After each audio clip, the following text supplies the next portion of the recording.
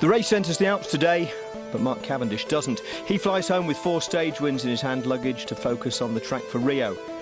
It wasn't that he didn't want to win the final sprint in Paris, just that he couldn't face the 4-day trek through the mountains to get there. Steve Cummings, meanwhile, is both staying and going, still in the Tour for Dimension Data, and now in the British Olympic Road Team, where many people thought he should have been from the start after the withdrawal of Peter Kenyon. Here's today's route, setting out from Bern, which scores a hat-trick on its Tour debut, stage finish, rest day venue and stage start. 2 third category climbs early on, the descent off the second of them, the Col des Mosses, taking the race past the headquarters of the UCI in Aigle. The penultimate col, the Forclaz, or Forclaz, depending which locals you listen to, features a fast descent. Then there'll be the slow haul up to the top of the final super category mountain of the day. It's certainly going to be right up there. It's probably the steepest summit finish we've got on this year's Tour de France. I think if there's a day that my rivals are going to put me under pressure, it's going to be tomorrow. I have to watch out for the riders behind me. I think there are still a lot of strong guys. Quintana is always good in the end, and there's more good climbers. But if I see any opportunities to attack Froome, I will go for it. No, preparado siempre estoy. Lo que pasa es que según como veamos el equipo de él y como veamos sus fortalezas y sus debilidades, estamos siempre en buen estado. No pienso que peor que el año pasado. He estado bien y sobre todo con mucha ilusión.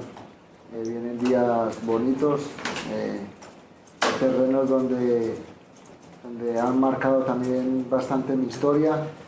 Y tengo mucha ilusión de terminar de hacerlo bien y seguir buscando el sueño marino. Yeah, I did this climb in Dauphiné in 2014, and yeah, it's still fun. Yeah, obviously it's a bit different circumstances than it is now, but nah, we'll see what happens. It's a half-decent climb for me. When it's steeper, it kind of suits the smaller guys a little bit better. So yeah, again, we'll see what happens. Hopefully I have good legs, and if I do, then I can try something. Let's check the time gaps at the top then, on a day that's guaranteed to change them. Chris Froome has a lead of 1 minute 47 on Bauke Mollema, who has 58 seconds on Adam Yates. Nairo Quintana is 14 seconds behind Yates and 18 ahead of his teammate Alejandro Valverde. Romain Bardet, Richie Porte and TJ Van Garderen are bunched between 4:04 and 4:47. Dan Martin and Fabio Aru are just beyond 5 minutes. So the first big Alpine test of this year's Tour, and Jens Vogt is actually part way down the Alp, which is why we look the same size. Jens, everybody needs to attack Chris Froome. This is the first real test in the final week. What do you think we're going to see? I believe, that's my view. I had a long hike yesterday on a rest day, had time to think about it. We're going to see the Chris Froome show. His team had an easy day 2 days ago. Easy stage, a rest day yesterday. They're going to be all fresh and ready. And what Chris Froome wants is a stage win in the yellow jersey. He wants this picture of him crossing the line with his arms in the air in the yellow jersey. So I'm 100% sure Team Sky locks the race down as good as he can, brings it back close to the last final climb, and Froome is just going to win the stage today. On the other side, that's what I think. If Chris cannot win the stage, that doesn't mean he didn't want to win. That means he could not win. And that really then would open the race and maybe give his opponents a chance to actually gain back time on him. But I'm sure Chris, if he can, he wants to win, he will win, just to crush his opposition today. OK, so either the race is over by the end of today, or we've got a real race on for the final 3 Alpine stages. Yes, Chris is going to seal the win today, if he has the legs for it. If he doesn't have the legs, he finished 3, 4, 5 on today's stage. That means he is slowly getting tired and sort of like cracking a little maybe. And that, yes, will promise us an awesome race in the next few days. Yeah, and he has been hanging on in the final week of his previous 2 Tour wins. Chris Froome, though, says he's the strongest he's ever been going into the final week. So we'll see which of Jens's hypotheses turns out to be right. Let's get over to commentary with Ned and David. Thank you very much, Gary. Good afternoon, everybody, wherever you are watching on. And it is rapid today They are currently around about 25 minutes ahead of the fastest schedule. It took an awfully long time for the breakaway to establish itself today, and it won't surprise you at all to know that the reason that breakaway is 10 minutes and 45 seconds up the road is partly due to the fact that the green jersey, Peter Sagan, has been driving it on at an absolutely ferocious pace. He is one of 14 riders who have an advantage of 2 minutes and 5 seconds over a little group who were trying to get across to them, containing once again the ever pugnacious Julian Alaphilippe. That's his third day consecutively, if you exclude the rest day when he's been up the road and in a breakaway.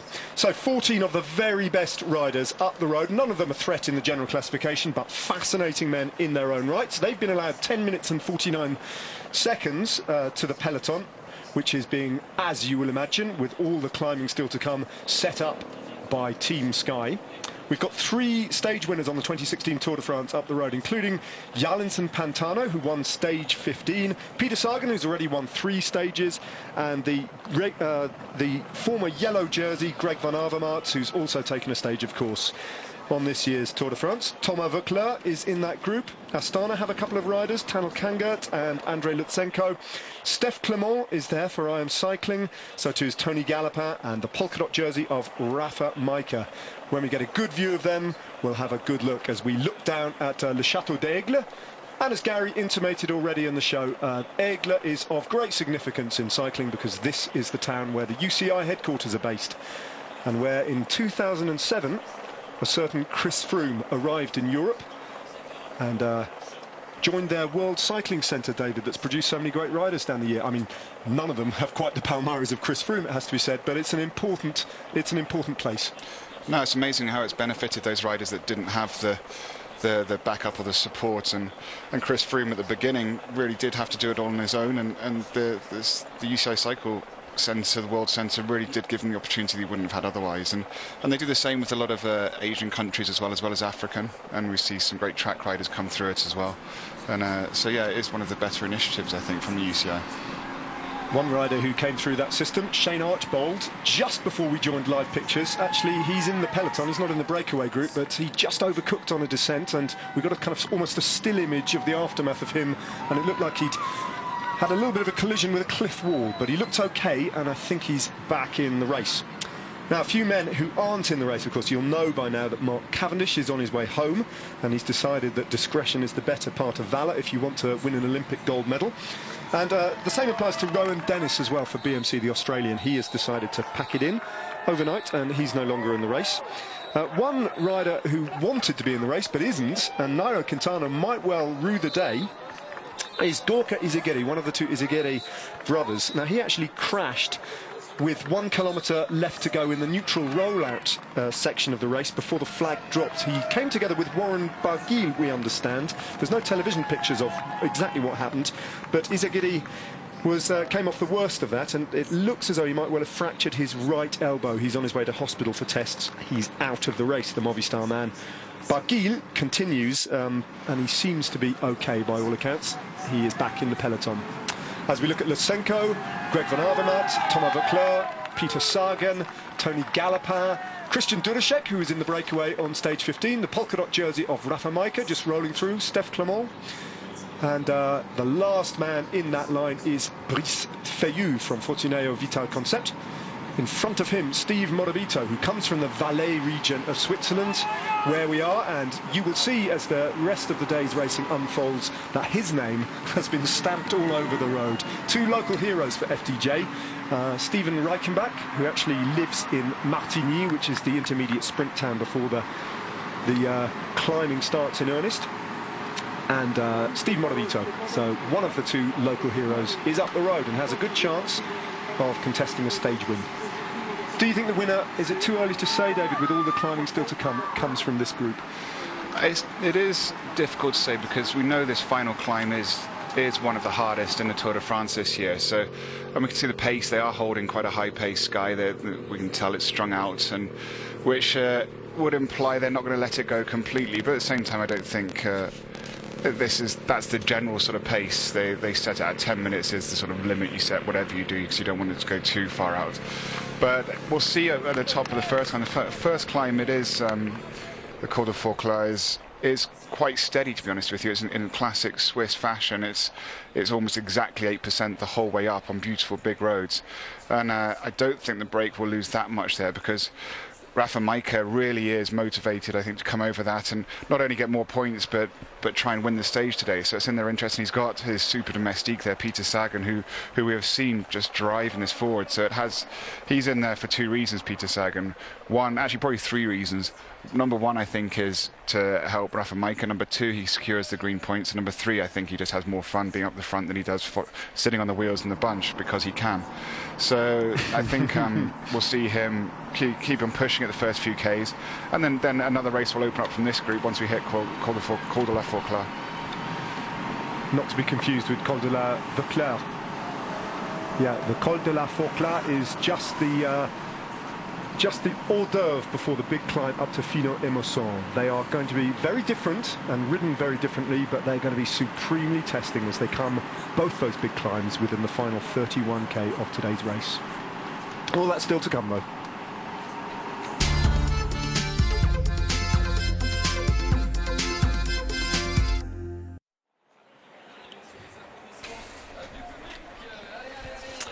Welcome back. 45.8 kilometres to go, and the advantage for the breakaway riders is being held at around about 11 minutes.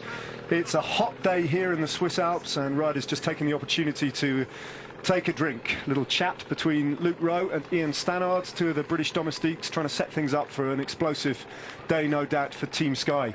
Now, one rider who you might have expected to see alongside the likes of Luke Rowe and Ian Stannard supporting Chris Froome, because he's been there and done that before, of course, is a certain Pete Kennaugh. Now, Pete crashed and he broke his collarbone in the Tour of California, and then he went to the Tour of Poland, and he's just come back from that race. And he's been in the news as well lately, just having resigned effectively his position from the Olympic team. I'm delighted to say that he's got home and he's answered his phone and he's on the end of the line, hopefully. Pete, can you hear us loud and clear? Yeah, all good. Hi, guys. Hello. First of all, how's the form and how was the Tour of Poland, and how are you recovering? Yeah, recovery-wise, really well. Form-wise, it's good.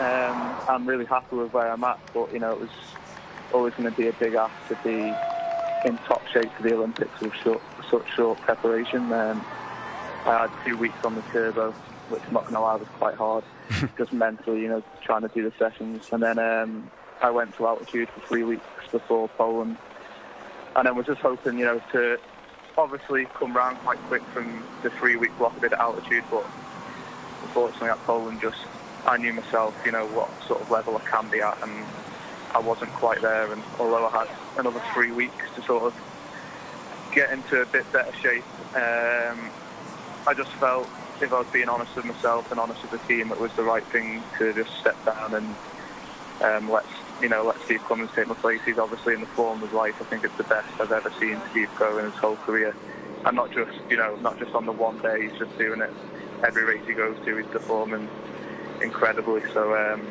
to stop a rider like that from going to the games when I wasn't even sure of my own form would have just been selfish, and it wouldn't have been the right thing to do for me or the team. When you've got like the Chris Froome and Geraint Thomas there, you also want the best team on the day to support them. So I felt like it was the right thing to do, and I think it was. Hey Pete, it's David. How you doing? Yeah, good. It was I think it's a really generous and move of you to resign your position. Have you spoken to Steve at all since that? No, I haven't spoken to him directly. I obviously keep up to date with the cycling news and stuff, and I realised he wasn't happy with the selection, which rightly so. I messaged him and said, if I was you as well, I also wouldn't be. I'd be a bit sort of thick-footed and almost angry at the selection with his results that he's had. And I just said, I agree with you. I think it is harsh that you're not in the team, but from their selection point of view, I think they were selecting a team to go there to support Froome. If you see in the Tour this year, he's not just the best climber in the world, he's the best descender in the world. He's in he's making the front splits and the crosswinds, coming second to Sagan on sprint stages. It's just phenomenal what he's doing, and I think the team was picked in order to support him. And I think where Steve was coming from, maybe he was thinking to go there and try and perform himself, but I think that's why the team was initially picked the way it was. But yeah, he's going now, and I'm happy for him. Yeah, that's well said indeed, Pete. I'll just break off very briefly because we're looking at pictures of Warren Barguil, who I intimated earlier was involved in that crash with Gorka Izagirre, and you can see he's come down very heavily. His back of his racing jersey. Yeah, I've actually got it on. You see it as well. I've turned the volume down so I can't hear myself, but I can see his rips in his jersey. Yeah, that looked like it hurt. So, Pete, what are your next objectives now? Is it you're doing the Vuelta? Yeah, that's it. Yeah, last time I did the Vuelta was with you, actually, Dave.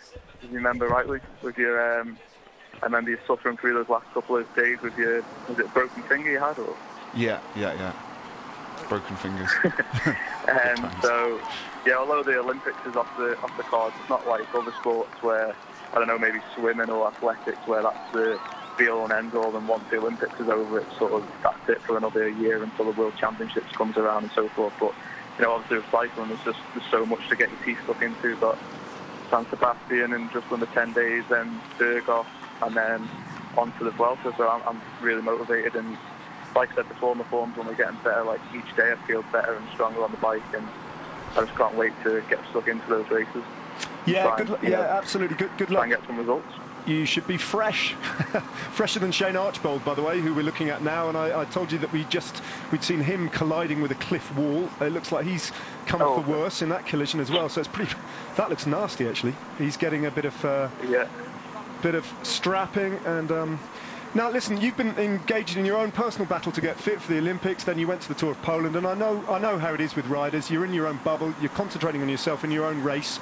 I don't know how much of this race you've been able to follow, and maybe you don't want to follow it because, you know, ordinarily you'd have been part of this team, but how do you think it's all panning out for your team and for Chris Froome, who you know so well? It's been pretty serene progress, hasn't it? Yeah, I've been amazed at how sort of touch wood, how smoothly it's gone so far, but that's not just a coincidence, it's just how much work the team put in together and how well they all know each other and how well they gel together as a team. If you look in the peloton, they move around just the ease of each other, and it's just because they spend so much time with each other and just know each other as riders so well. In terms of watching the Tour de France, I've seen something when I was watching Wimbledon, it was something Federer said, how he just likes to watch tennis. He's just a fan of tennis and he just likes to watch it. He's not watching it for any other reason than just he enjoys watching it, and it's kind of similar with me. I love watching the Tour. It's what I've grew up doing. I love cycling, and yeah, I've been watching it since day one when I've got the chance. It's been exciting as usual. Maybe Froome and Team Sky being more dominant than usual.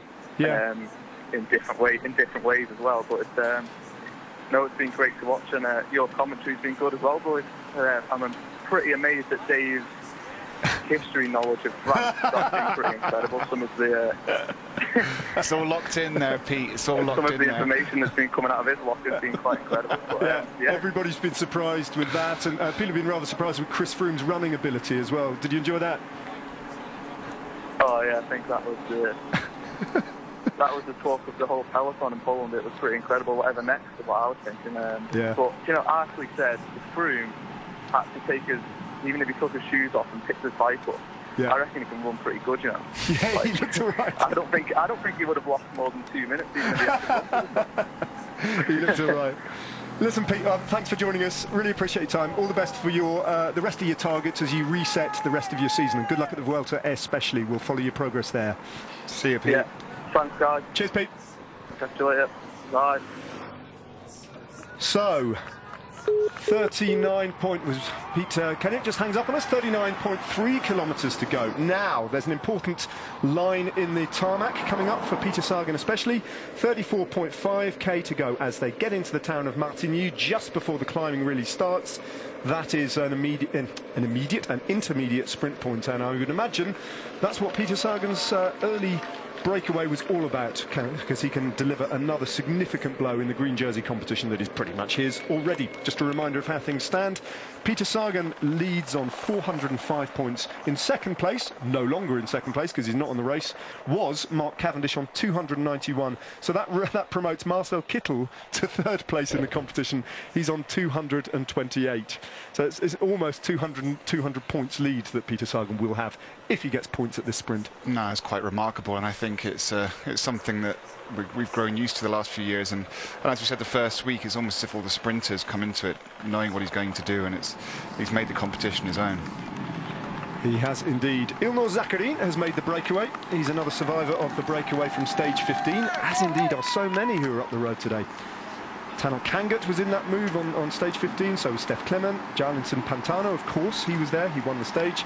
Christian Dudashek from Lampre, Rafa Majka, Domenico Pozzovivo, Steve Morabito, Ilnur Zakarin. They were all up the road on stage 15, and on stage 17, they're at it again. Brice Fayou just going to squirt the cameraman for a laugh, or is he run dry already? Know that feeling. It's blistering hot in Switzerland at the moment.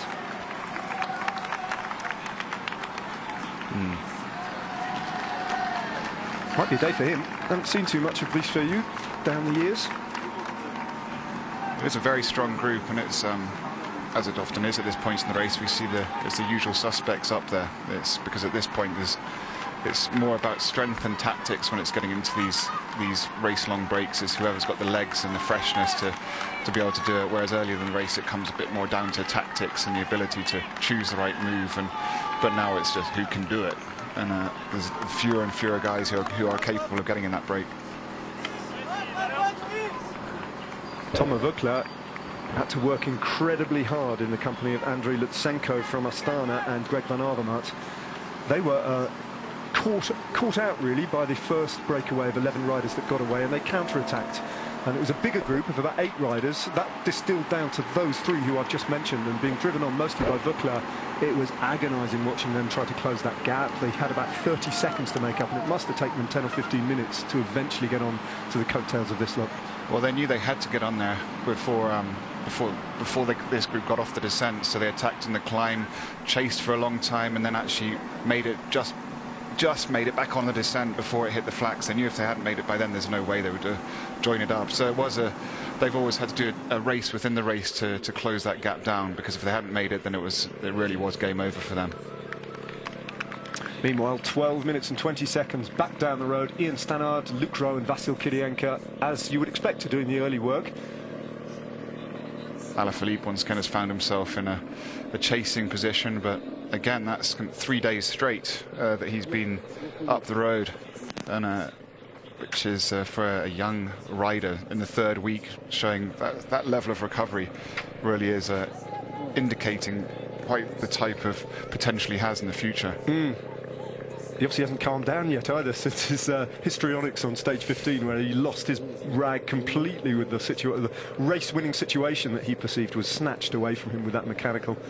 Rode with fury in his belly the next day on that astonishing breakaway ride with Tony Martin out there all day into Bern, and he obviously hasn't calmed down during the rest day because he's at it again, and it's good to see 2 riders in today's race with red dossards denoting the Prix de la Combativité, the prize given for the most aggressive rider. Alaphilippe and Tony Martin shared the honours after that stage into Bern, stage 16. So Peter Sagan's at it again too. Steph Clement moves through, a rider who's won at today's finish line before, right the way back 10 years ago in 2006 at the Tour de l'Avenir, which is like a scaled-down Tour de France for young riders, and often an indicator of who will go on to thrive in the great races. Pete Kenyon himself was a successful rider on the Tour de l'Avenir. Yeah, he was. Also, Bradley Wiggins won the Queen stage many years ago, which surprised everybody at the time, but we had no idea that wasn't just a random occurrence. It showed what would be the future, and that's what Tour de l'Avenir is, Tour of the Future, organised by ASO as well. So it's been around for decades, and it really does feel like for the young riders, like they're with the Tour de France doing, and often those guys that are racing, and it is for the under 25s, and you can't do it if you're over 25. And so it really is an opportunity for the young riders to get their chance to shine in what feels like their own version of the Tour de France. So 400 odd metres until Peter Sagan collects 20 points. Of that, you can be absolutely certain. What could possibly stop him? Who would want to stop him? Well, Greg van Avermaet gets onto his wheel, but I don't think anyone's going to be contesting this.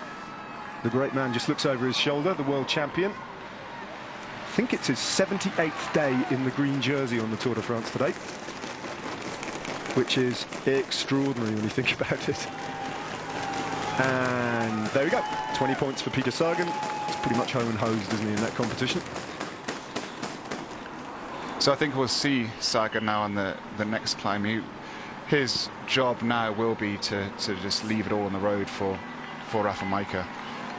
But to be fair, he's already been doing that. He was the driving force early on in the break, and this has been a very fast start, and I think a lot of that has been down to Peter Sagan, because it was up to him to make sure this stuck so that Rafał Majka could then play the stage. Well, you saw that graphic, 405 points. That was without the 20 points that he has just won. Of course, you only get those 20 points if you actually finish the race. So officially, you can't add those to his total just yet, because he needs to get over the finish line inside the time delay, which no doubt he will, because he's Peter Sagan. Well, that was the prelude. Shane Archbold licking his wounds. He's still in the race. That's good to see. The climbing begins at 31 kilometres. So it's about to begin. This is what today's stage really is all about. The last two climbs.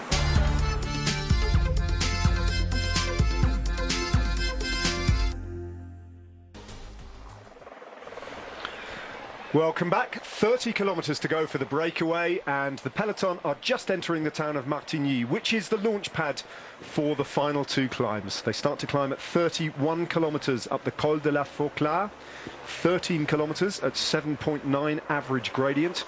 Then there's a 7-kilometre descent until they go up the final super category Finot-Emerson climb, which peaks out at 1,960 metres, so there's an altitude to contend with as well. And that is categorised at 10.4 kilometres, but it's steep, an average gradient of 8.4%. But that's not the whole story about that final climb, is it, David? Because probably the first 2 or 3 kilometres are less than 8%. After that, it all changes.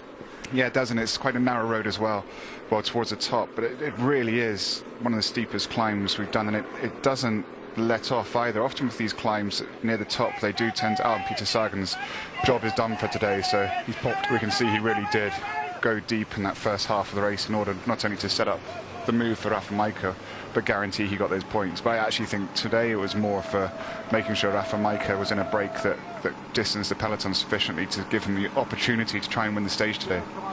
Yep, 13 men remaining. The green jersey is no longer amongst them. A lot of climbing talent in that breakaway group, though, and a lot of people who will be fancying a stage win today. 13 minutes their advantage. That's realistic. They can start to think about that, but it still does depend on how full of intent Team Sky and Chris Froome as an individual is further behind them, because if they want to bring that back, there's still so much climbing on this stage to come that they probably can bring it back, however talented this group is. No, I think so. But yes, it depends. I'm kind of a little bit in two minds about it, because at the moment this break is made up of very strong riders. There are numerous climbers in this stage, former stage winners, and it's 13 minutes at this point, 29 Ks to go. They'll have to charge up this climb, the peloton, in order to stand a chance, because if they can just ride steady up this, they've only got a 7K descent off it, and then it's straight into that final climb. So I'd be surprised if they lose much time on this one, and then it's difficult to imagine Rafał Majka or even Pantano standing or losing so much time on that final climb. Yeah. But going back to that final climb, the last 2 or 3 Ks are so steep, and then mustn't forget as well, the last K and a half is at altitude. You're over 1,800 meters for the last 2 Ks, and that's going to have an effect. And the heat today, it really is one of the hottest days in the Tour, and so there's a combination of factors that could make it a very hard stage, and we might see some surprising time gaps. But I'd actually be surprised if it really went off hard if Chris Froome, it's only if Chris Froome is in absolutely scintillating form and so confident that he'll make a move, because he's got the time trial tomorrow and still another road stage, hard stage tomorrow, then the mountain time trial, then another one. So this is such a hard last week that you don't really want to go spending so much time. That's right. Tomorrow's the time trial, and then there's another mountainous day, albeit without a summit finish, and then of course on Saturday before Paris, the big summit finish up to Morzine. So all that, yeah, you're right, all that alpine climbing still to come. He doesn't have to do it today. But this climb, the Col de la Fauclard that they're on now, if Team Sky want to design a perfect penultimate climb to soften up the race that would suit their attributes, it would look like this, wouldn't it? Yeah. It's a beautiful road surface. It's an absolutely constant 8% gradient. It's built in Switzerland, for heaven's sake. Of course it's constant. And it looks perfect for this big Sky train to put everybody into difficulty before they even get to the base of the final climb. Yes, it is, and it is. But also for the breakaway, we can see they're actually rotating through, which you don't see often on a climb. But because of the steady gradients and the big roads, it allows them to really work efficiently as a group. What we often see when a group like this is on a climb, if just one rider sets pace, it sort of keeps breaking apart, coming back together. But they seem to be controlling, keeping that rhythm and keeping it going through and off. So that does show how steady it is, which suits also the peloton and Team Sky to just set their steady pace. At 13 minutes, the time gap continues to go up steadily.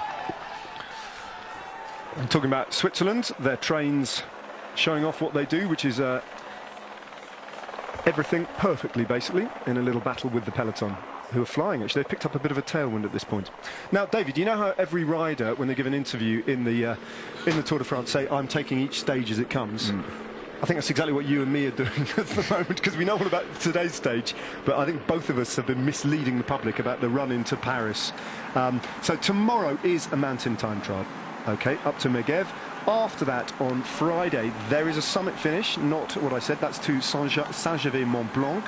And the Morzine stage on Saturday goes over the super category Col de Jouplin and actually descends into Morzine. So that is not a summit finish. Glad that's sorted.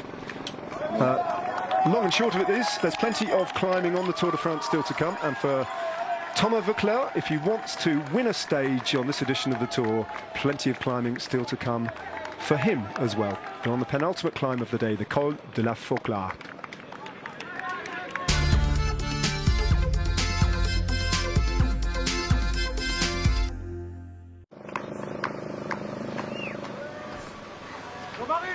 Welcome back. 10 kilometres from the top of the Col de la Fauclard.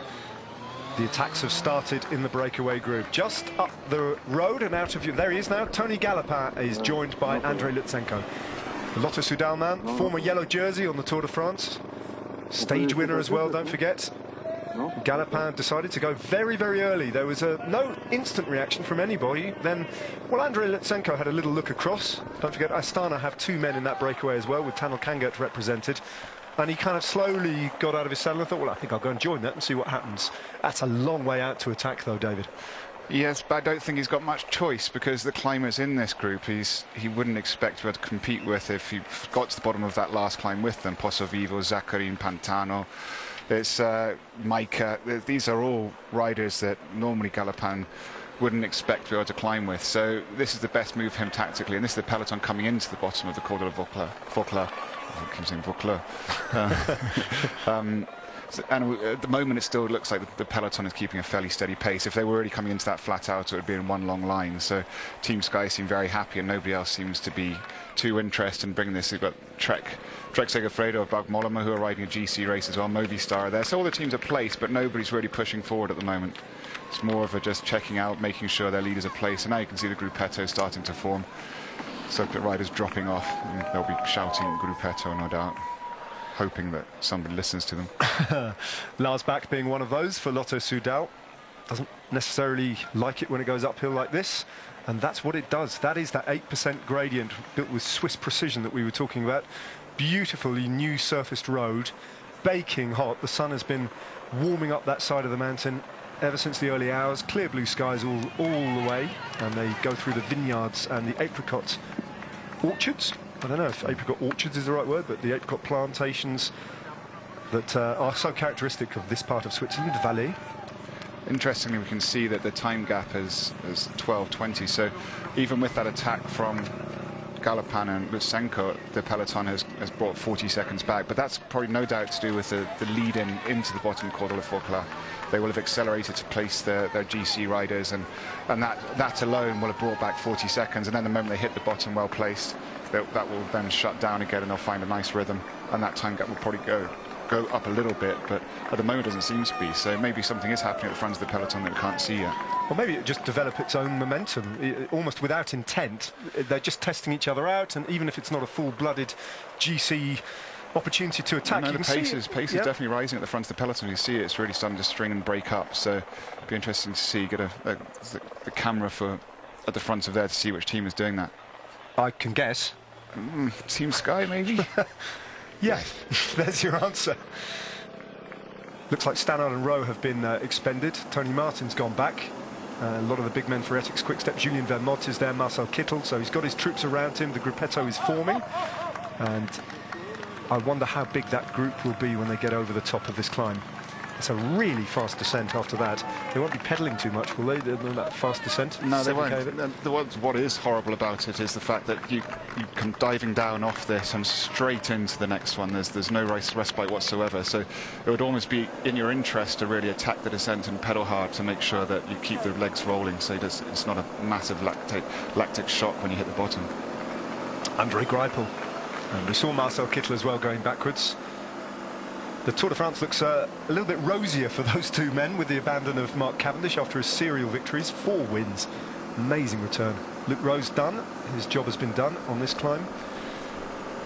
Yeah, no, it's a real opportunity for Greipel to get his career on the Champs-Élysées up and running. In fact, get his Tour de France up and running, because he won't be posting any kind of results in between now and Paris. So it's last orders at the bar if your name's André Greipel, and he's never, don't forget, come away from a Grand Tour without a stage victory. He wants to keep that run going, and Marcel Kittel has already won on the Champs-Élysées twice. It's a strange situation for the sprinters now, which doesn't often happen in the last week, where they've got to suffer and grovel through these next 4 days with the sole ambition of getting to Paris, and it's going to make that sprint in Paris all the more important. I mean, it always is, but it's going to be no holds barred now, because all the suffering they're going through these next 4 days of trying to make it in the delay and is all for that one sprint. And often it's into that last corner on the Champs-Élysées where it all matters, where we often saw Mark Cavendish and his team get it so right, and that's what they're all going to be trying to replicate. It's going to be a pretty crazy sprint.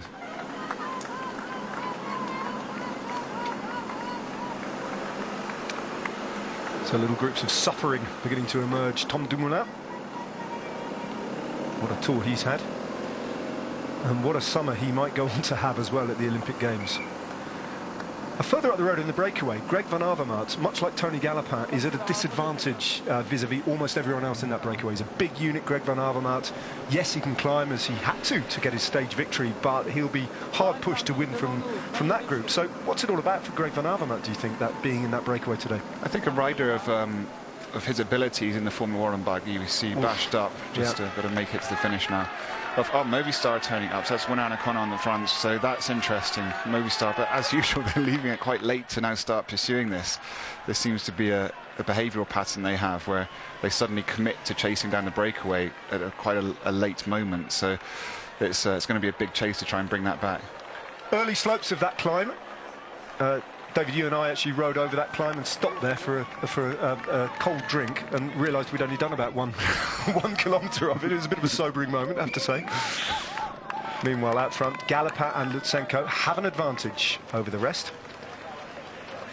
No, so as I was saying, for Greg Van Avermaet, when he's in the form that he's in and his objective is the Olympic road race, he will choose certain days where he'll go really hard and push it really hard and just race to stress his body out.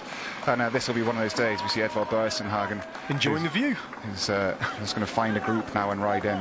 That's what you normally do. You hang on for as long as you can, and then the moment you start to go in the red, you drop off, and then you try and you wait for the groups to come back up to you, and you'll find yourself at the top, probably in a group of 20 or 30 riders. Bauke Mollema from Trek Segafredo sitting in second place in the general classification of the Tour de France, and who would have predicted that? But he's looked super strong, and he's looked very aggressive on this edition, attacking at Andorra Arcalis. this succession of summit finishes that we have in the final week of the Tour de France. Wilco Kelderman's having another bad day and suffering, and he's going to lose time, already 48 minutes down.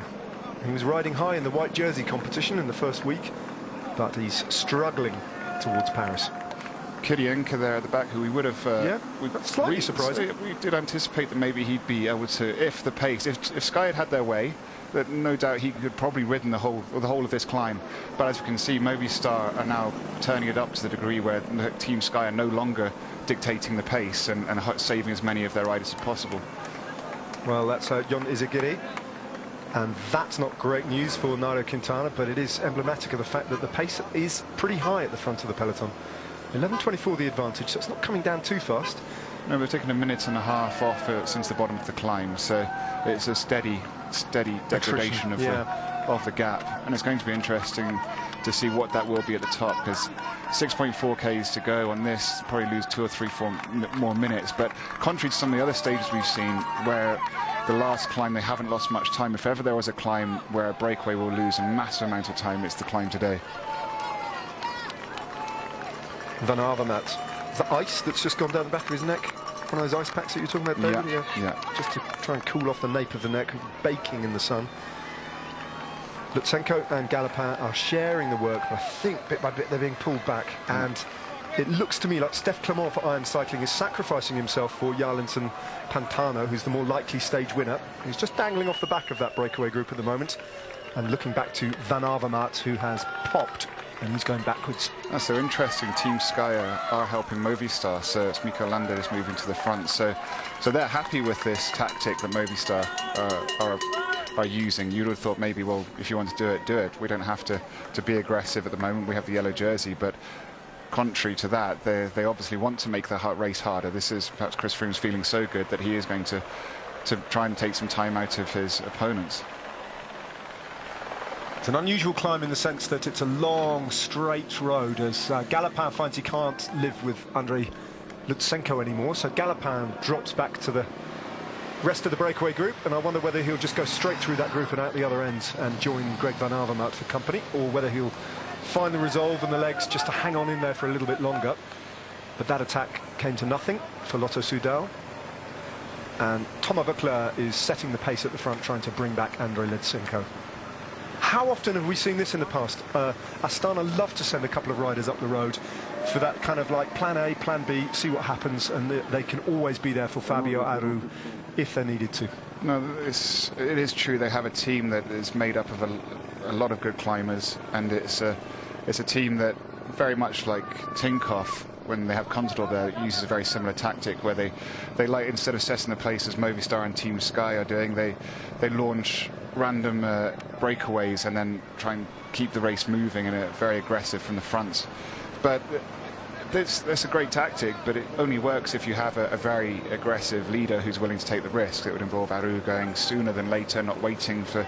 But now the problem is, because Team Sky is so strong and Movistar strong, when they set this infernal pace, nobody can attack off it. They simply wear everybody down. And that's what we're hearing before, even a few days. People are critiquing a bit the fact that nobody's attacking when Wout Poels is on the front. It's simply because they can't. He's riding at what is the maximum speed that all these riders can do. So it's you have to go before that happens, really, or just try and catch them out at a random moment. But this isn't going to help. This is going to make it very difficult for any attacks from this group we're looking at now, because with Movistar and Team Sky setting their pace, it's going to be a race. People are just going to be falling out the back of this group until one of the big guys goes, like Chris Froome. Pretty small, that group. No more than about 30 at the moment, I wouldn't have thought. That's what you predicted.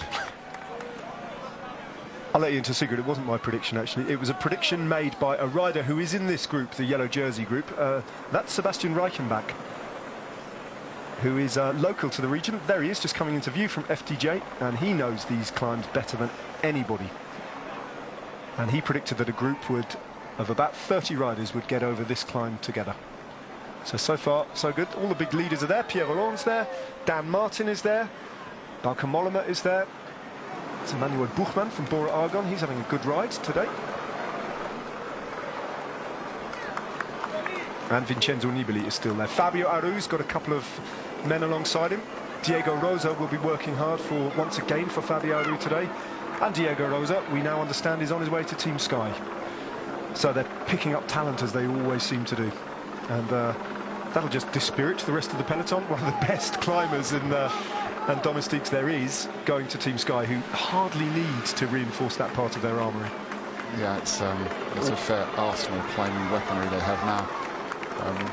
But we know they don't need to put it all in the Tour de France. They've got so much depth of talent now. They could share rounds into having an amazing Giro team or Vuelta team to complement the Tour de France team. So it's probably one of the reasons they've done it, to have Diego Rosa to be a super domestique or even a leader in his own right at the Giro d'Italia.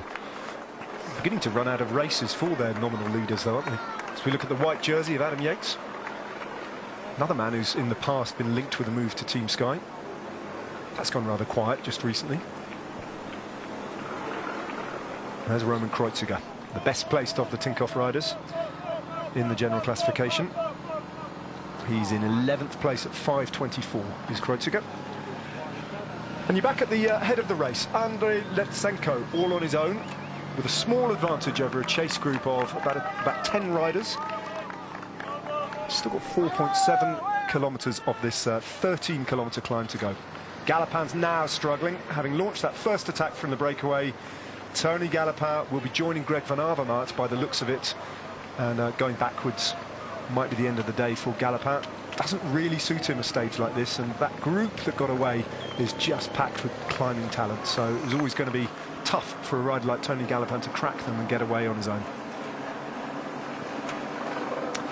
That's what remains of the group of favourites at the moment, and still winner Anacona from Movistar is trying to set things up. He has joined the Team Sky effort, trying to soften the race up over the penultimate climb of the day, the Col de la Fauclade. They haven't got over the top of that yet, then it'll be downhill and then up all the way to Fino Emosson.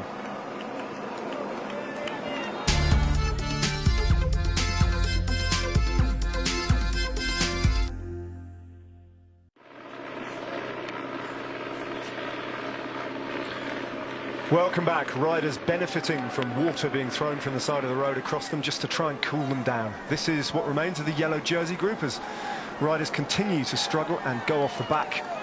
Movistar, their numbers are seriously reduced. It looks like winner Anacona is done his bit on the front and can't live with the pace anymore, so he looks like he's going backwards. And Nairo Quintana is pretty much isolated now. He's just got Alejandro Valverde alongside him, and he is riding alongside the yellow jersey of Chris Froome, who's got, as you would expect, 4 men still there, including Geraint Thomas. But good job done by winner Anacona, even if perhaps Quintana would have liked him there a little bit longer. Bauke Mollema's looking comfortable, and he's got a good man riding for him. And that is Peter Stettner, the American rider, with number 66 in the black and white, just tucked in behind Bauke Mollema at this point. Stettner, well, he's lucky that he's here at all. He's absolutely delighted to be selected, because in spring of last year, I don't know if you remember this, David, but it was a sprint in the Tour of the Basque Country, and Stettner collided at high speed with a metal pole, catapulted over his bike. His right leg took the full impact of the crash, and he smashed his right leg to bits, and literally he wasn't sure whether he'd even be able to walk again. And for that reason, obviously, he missed the entire rest of last year's racing. And here he is, back again and on the Tour de France. It's been an amazing recovery, because it was threatening. Oh, here we go, Peter Sagan show. Well, let's just enjoy this while we can. Is he going to get that over his helmet or not? Yeah, that's not easy. No, helmet off. The radio, it's all good. Yeah, but it still looks good doing it, doesn't he? He's the only guy that could probably do that going uphill. I'd not be in the slightest bit worried that he'd crash. Yeah.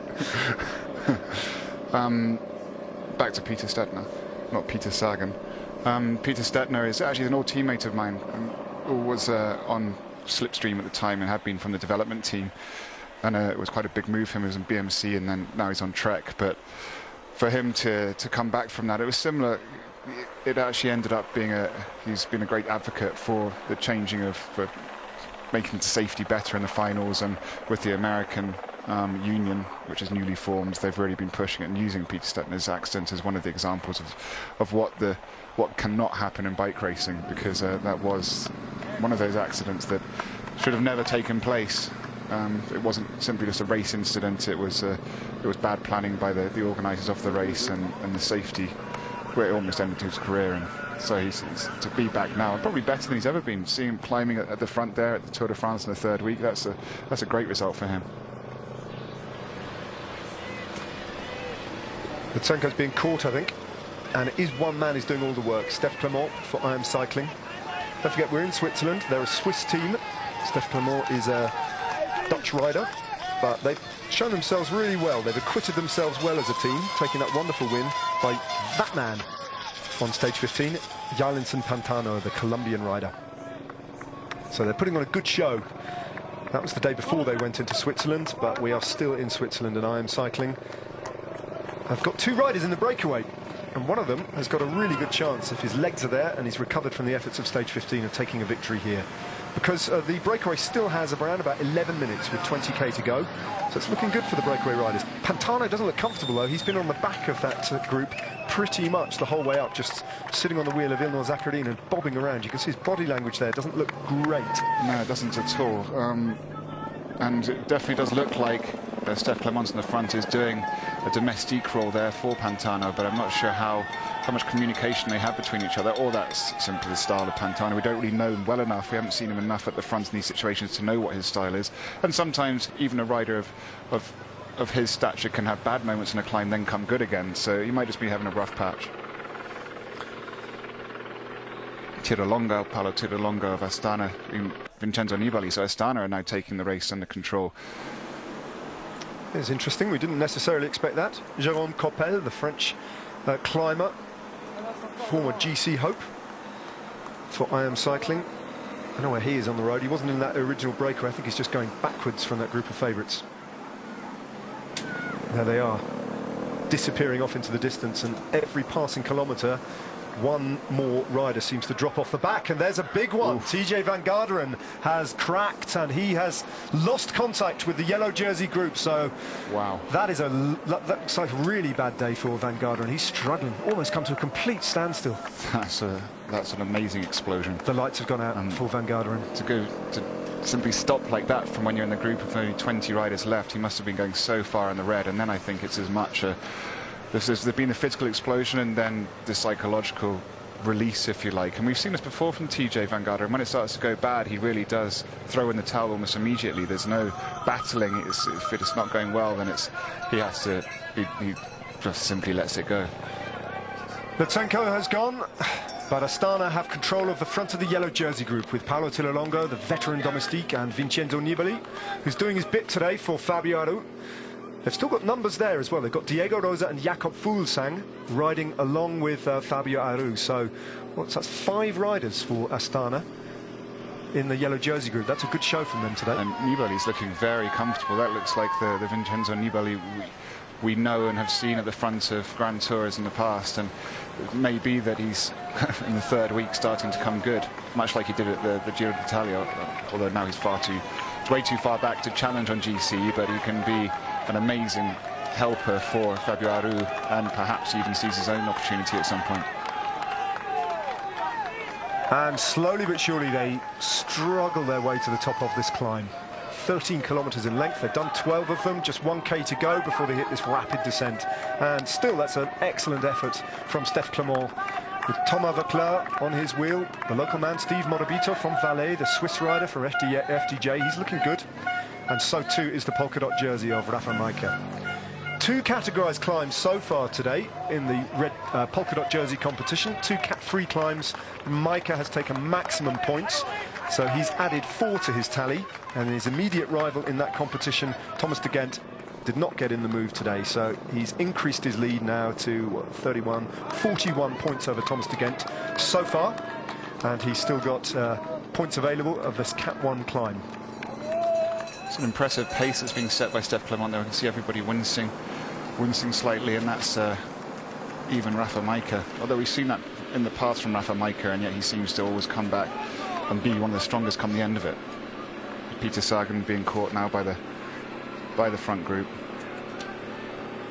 Yeah, the yellow jersey is about to swallow up the green jersey. Peter Sagan did his bit today, forced the breakaway, drove it on, made life very uncomfortable for just about everybody on the bike race for a while. They were allowed to go, but those who had ambitions of getting in the breakaway had a huge fight on their hands because of the pace that one man was setting, basically, Peter Sagan, to get into that move, in particular the group containing Thomas Voeckler. But they made the junction eventually, and Sagan was thinking about cementing his position in the green jersey and taking the sprint, which he duly did. Interesting to see that BMC, there was no riders left for him, but for TJ Van Garderen when he went off. So still, BMC still have 3 riders there, Richie Porte further up, but 2 at the back. And when TJ exploded, they obviously knew immediately that it was game over. So that's considering he's an 8th in GC. Normally, you would have expected one rider to stay with him, but obviously they saw the writing on the wall. Richie Porte is there, however, and he is sitting comfortably on the wheel of Bauke Mollema at the moment. Look at Rafa Majka. He looks super strong again today. And the man that he was beaten by on stage 15 looks less strong.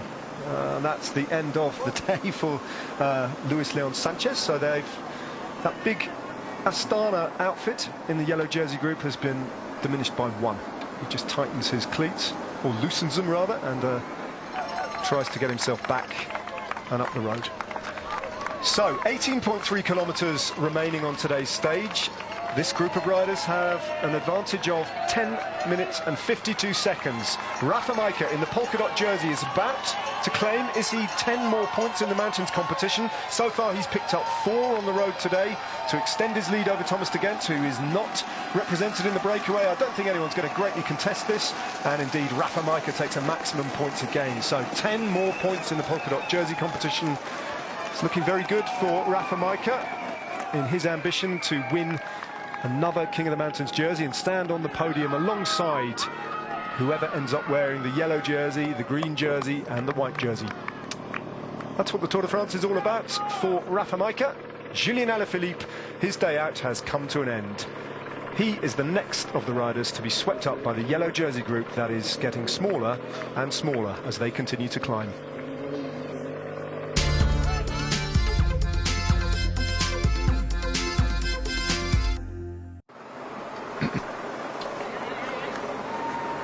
Welcome back. 12.2 kilometers to go for the leaders. A little bit further down the road, though, Domestiques are dropping rapidly from the group of the yellow jersey. Geraint Thomas is the latest from the Team Sky train to feel the heat of it. He's dropped to the back.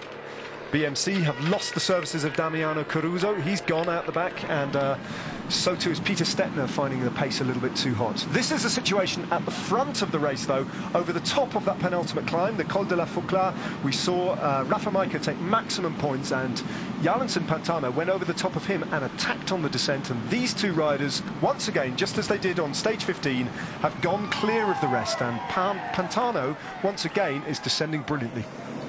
Geraint Thomas, who couldn't hold the pace at Nibali's setting, so that just goes to show what's going on at the front. Vincenzo Nibali is setting a high race pace, so Aru must be feeling good because that's the only reason he'd be doing it. But we can see Chris Froome talking on the radio, probably trying to find information or asking what's going on at the front of the race. That's your backdrop, ladies and gentlemen, the Swiss Alps. Absolutely stunning up here.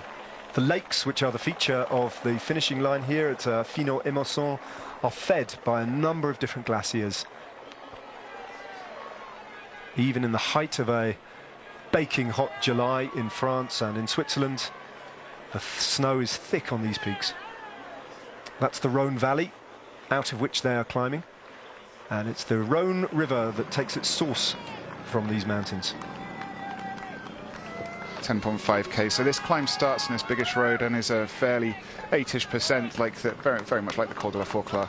But then it gets steadily steeper, and the last 4 or 5k's are savage. Still got a 10 minutes advantage, and they are 2 of the best climbers in the peloton. So it's right within their grasp now. Stage victory, and what a wonderful rivalry this is developing into. Rafa Majka and Jarlinson Pantano. Totally different characters. Their riding styles are different, everything about them is different. The teams that they operate with, both are going to cease to exist at the end of the year, and who knows where either of these riders might end up riding, but they're putting themselves in a wonderful shop window on this Tour de France. Yes, they are, and it's Pantano we don't know much about yet. He's quite new on the scene at this level, but Majka has been a few years now. We've seen him up there, and we know how his style is and the sort of rider he is. But Pantano seems to be, he's certainly got similar characteristics, abilities, but as you say, a completely different personality when it comes to racing.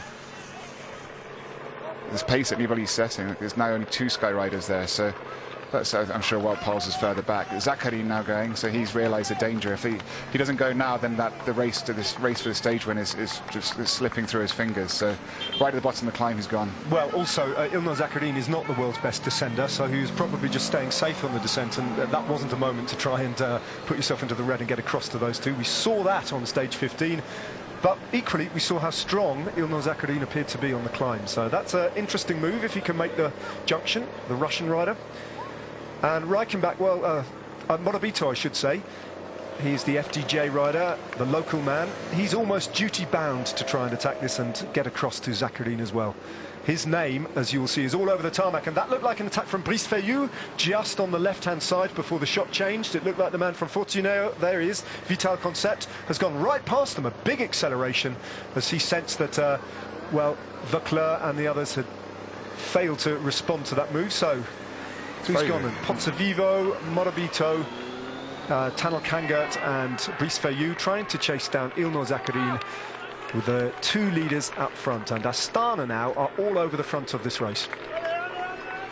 They're really, this is what we would have expected Movistar to be doing, but they don't have enough riders. There's only Valverde and Quintana left there behind in this group, so Astana still have strength in numbers, and they've decided they really want to take it to the race today. Aru's in a position, 10th overall, 5 minutes, so he's got... It's on a day like this where he can move himself up the GC, and he's already moved himself up a place without doing much with TJ Van Garderen being dropped, so he's actually a 9th on GC, and there's 5 minutes. He could take, if he could take a couple of minutes out of some of the other guys, he could put himself in the top 5. And this is what the likes of Adam Yates and Bauke Mollema fear most. They've got podium places at the moment in Paris, but they fear Richie Porte, they fear Fabio Aru, and of course they fear Nairo Quintana as well in terms of snatching away 2nd and 3rd. Will it be enough to do anything about the yellow jersey and 1st place as the peloton goes over the Col de la Fauclard? Who knows? These mountains will be decisive in the Alps. A crescendo of climbing towards the end of the Tour de France. Backloaded like never before. As we look at Le Mont Blanc, it's the Le Blanc Massif which has created these mountains and these lakes, formed this landscape, which forms the backdrop of today's race. Well, the big climb for the yellow jersey group is still to come. It's a super category climb, and it's another chance to find out if anyone can do anything about Chris Froome's lead.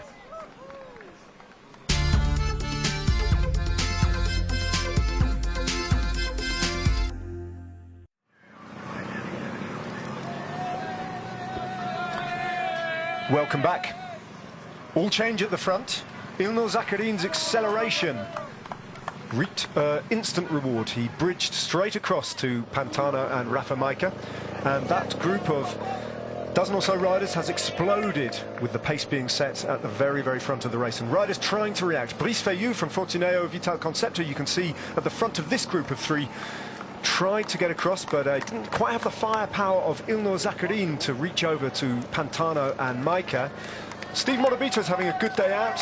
Very experienced man, local man for FDJ, the Swiss rider, and Domenico Pozzovivo from AG2 Mondiale, the slight Italian climber. Well, those 3 are going to have to work together and try and get across to a very, very powerful group that's gone. But that was impressive from Zakharin. He responded and he bridged across. That was very impressive, and it's interesting to see that's the same 3 riders who were at the front of the race on stage 15 until Zakharin, we believe, had a mechanical, hence why he never really got back up to terms with Pantano and Majka. But we see again 2 stages later that it's exactly the same 3 riders who are at the front at this point in the race. So that just sums up the fact that it comes down to as much strength now as anything else, not simply tactics. They're the 3 strongest in the race outside the GC. That's a glimpse of the back end of the yellow jersey group, and they are still descending towards the start of the final climb of the day, and Astana have control of the front, and Bauke Mollema I don't know whether that's just because that's where he wants to be on the descent, but that is not where he wants to be when it goes uphill at the back of that group. No, especially when you have Astana at the front, who no doubt are going to wind the pace up even more in an attempt to set it up for Fabio Aru to attack off. So you want to be nearer the front, make sure you're not stuck behind one of the gaps, which no doubt will open up when that happens. On the final climb then, Astana have control of the front. Team Sky still have strength in numbers, as you would imagine. Mikel Landa is there, Mikel Nieve, Wout Poels is still there. And so too is the yellow jersey of Chris Froome, as ever, attentive, looking ominous. And Ilnur Zakarin, meanwhile, decides to drop Pantano and Maika, who duelled it out for victory on stage 15. And the Russian, that is a massive acceleration. It's going to take something as they go past Didi Zenth, the devil. He's going to have to inspire a reaction. And indeed he has. The Colombian Pantano drops Rafa Maika temporarily, and that's a big sprint, essentially, to get onto the wheel of the man from Katusha. That was a massive move from Pantano as well to follow Zakarin. He waited, wanted to see if Maika react, and often in this situation, at this point in the race, you simply set a high tempo, but Pantano didn't. He let the gap open to Zakarin and he went himself, so we can see his style. Perhaps neither of these riders look very quiet on a bike, but it's effective, and this is where it gets steep. It's relentless now to the top. Yeah, certainly through 5 kilometres to go, it is never less than about 11%, and it's completely constant, and it is a mind-blowingly difficult climb. Jarlinson Pantano, Ilnur Zakarin, have they got rid of Rafa Maika? He's such a cool customer though, isn't he? He's not the kind of rider who's going to get all emotional at this point and put himself unnecessarily into the red. You saw him just locked solid, poker-faced, just controlling his effort and hoping that there's a little slowing up front and he can get back to them, because you often see that ebb and flow on the climb as well. That glacier, La Mer de Glace, one of, I think, 4 or 5 glaciers that feed the lakes that are being converted to produce hydroelectric power at the moment. Right up here at the finish line, that's where these two gentlemen are heading. And this is 2 pure climbers. You can see their style, the way it's accelerating, and Zakarin's pushing Pantano, and it looks like it's working. I mean, this is remarkable. Well, it's not, for anyone who's followed the progress of Ilnur Zakarin, it's not entirely unexpected that he would select a day on the Tour de France that suits him slightly better than that one into Culoz that relied on descending skills as well as climbing skills. This is all in for Ilnur Zakarin now, and it looks like he's dropped Pantano, and with an advantage of 10 minutes and 14 seconds over the yellow jersey group, he's very close now to a stage victory on the Tour de France. This looks almost the definitive move, and it would be a huge effort for anyone to respond to this. It does. The speed he's going up there, I mean, it's very hard for the viewer to understand how steep this is here, and he's motoring up it. He's not even in his smallest gear. He's about 3 or 4 down by the looks of it, so that goes to show how fast he's going. And at this point, even the gap has opened up to the Astana chasing group behind. So Pantano's got to keep a cool head though, because if Zakarin does pace it slightly wrong, because it's so steep, there's no margin for error. If he blows up, he will come to a standstill. So Pantano's got to set a pace, and also he's got Maika behind, so he's just got to make sure he keeps Maika away as well. Well, Zakarin's breakthrough season was last year when he came to the fore with a overall victory at the Tour de Romandie in these very mountains, and then soloed to a Giro stage victory in Imola, and that was his very first campaign at World Tour level. And he's been pretty consistent all the way through 2016, placing 4th at Paris-Nice and 7th in the Tour of Catalonia, 5th in Liège-Bastogne-Liège, 4th at Romandie, but he's yet to win a bike race, and he's right on the brink of doing just that, though, on the Tour de France. Meanwhile, that's the yellow jersey group, and Mollema, as you would expect, has got himself away from the back end, and he's past everyone else, and he's locked to the yellow jersey's rear wheel at the moment. There's Nairo Quintana, Richie Porte. Was it Landa that's pulled off there? So I was about to say still 5 riders from Sky in that group, and now we're 4, as Mikel Landa seems to have been used up, and Nibali's pace has forced him to call it quits. But he's still got 3 riders left, Chris Froome, which the whole of that group sees, and that's going to set things up a bit, because no one will panic that much, because they know Team Sky will control this. They'll just be worried that they decide to turn it on themselves, and Chris Froome launches an attack. Through 5 kilometres for Ilnur Zakarin, job done for Mikel Landa. Chris Froome on the radio repeatedly, calling the shots as he does these days. And Landa will just ride in on his own if he can.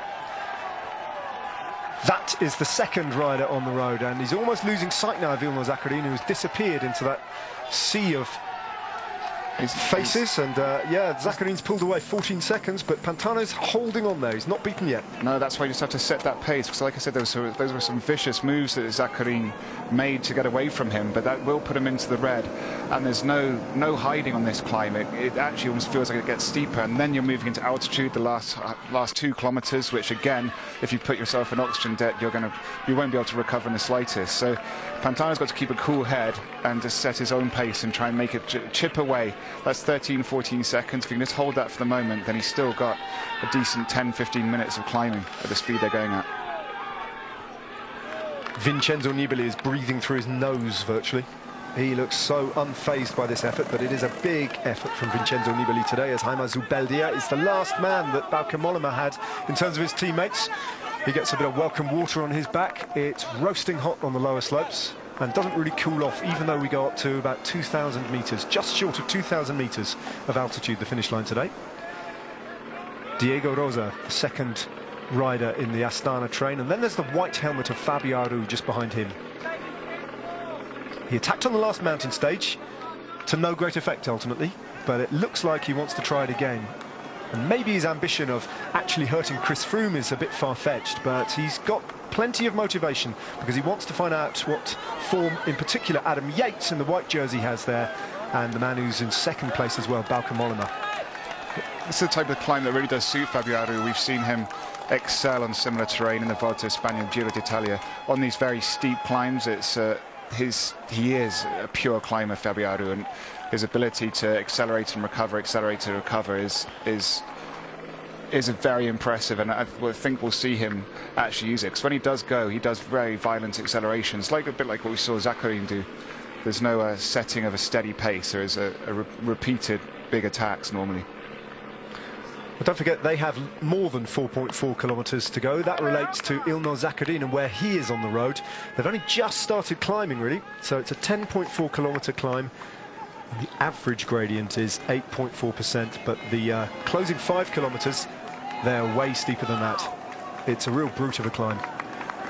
Kreuziger, Quintana, Port, nobody's made a move yet. When's it going to come? Because almost certainly the first man to go will be Fabio Aru, you would expect, after the work that Vincenzo Nibali and Diego Rosa have been doing for him all the way up to this point on the climb. 9 minutes and 33. The advantage for the two riders up the road, and the remains of that breakaway, that's match winning for them. They need not worry at all about the yellow jersey catching them.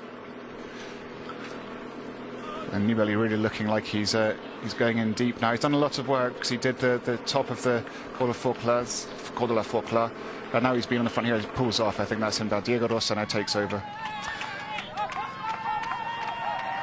4 kilometres of gruelling climbing to go for the Russian from Katusha. Ilnur Zakarin made his mark on the Giro d'Italia last year as Vincenzo Nibali peels off from the front of the yellow jersey group, having tried to set things up for Fabio Aru. Full domestique duty for the Tour de France winner of 2014. That was Zakarin going through, and this is a man who refuses to give up on this prospect of another stage win. The Colombian from IM Cycling, Yalinson Pantana. You can see the gap on the road. It doesn't look much, but with these gradients of 11-12%, it's still going to take an awful lot of closing, and it will rely to some extent, I'm sure, on Ilnur Zakarin weakening. He is broken the rest of the breakaway up with a frightening acceleration, but he can't possibly hold that pace all the way to the finish line. He's got to measure his effort, and so too has Pantano. For Pantano, it's a massive advantage because because of how steep this is. 19 seconds means it's not actually that far. We can see, I think it's 200 meters we can see. So he just has to keep him there, knowing that in the last K that's what he has to bridge back. And I've seen other riders do it. Ryder Hesjedal did it a couple of years ago in the Vuelta a España 3 years ago, where he lost 30 seconds, I think, on a very steep climb and just kept it pegged and then brought it all back in the last 500 meters. So that is possible on a climb like this. That's a seriously impressive ride from Sebastian Reichenbach, the FDJ rider, again from the Valois region of Switzerland, a local of Martigny, and he is living in the company of all these big riders here, and that's a good ride from the Swiss for FDJ. Remember, they don't have Thibaut Pinot on the race anymore, FDJ, so they need someone up there in the general classification. He's their man in rather unexpected circumstances. Aru's on the radio. When's he going to go? Sergio Henao Mikel Nieve, Wout Poels. They're the 3 remaining domestiques for Chris Froome. Kreuzer looks a little bit discomforted now, to put it mildly. Dan Martin's dangerously towards the back of this group, but still there. Alejandro Valverde in front of him, and the white jersey of Adam Yates. Romain Bardet, we haven't mentioned him, the AG2 Ala Mondial rider, and he's full of attacking when his legs are good. But still they mark each other. And maybe they'll mark each other all the way to the top. You couldn't rule that out, because this isn't the decisive day on the Tour de France. They've got other opportunities. Tomorrow's a mountain time trial. Then there's another summit finish, and then another mountainous stage on Saturday. This is once again an amazing ride by Team Sky, because normally when you have a tactic like this, like Astana are using, where you ride very hard, you try to whittle it down, normally in that process you're blowing out all the domestiques of the leader, which is what you want to do, and as Diego Rosa is, he's now done. So and look, well, Team Sky are there, just all 3 riders like, well, what you got? Boom, what you got? That's it. Blimey, look at Diego Rosa. Passed by the team, we understand he's going to be joining Team Sky. Diego Rosa has done his bit for Fabio Aru, and now he's left the Astana rider sort of like a bit betwixt and between. He obviously doesn't feel strong enough to have attacked straight off that, so he's going to have to wait a while and sit on the Sky train if he's going to do anything at all. And maybe, just maybe, he won't be able to.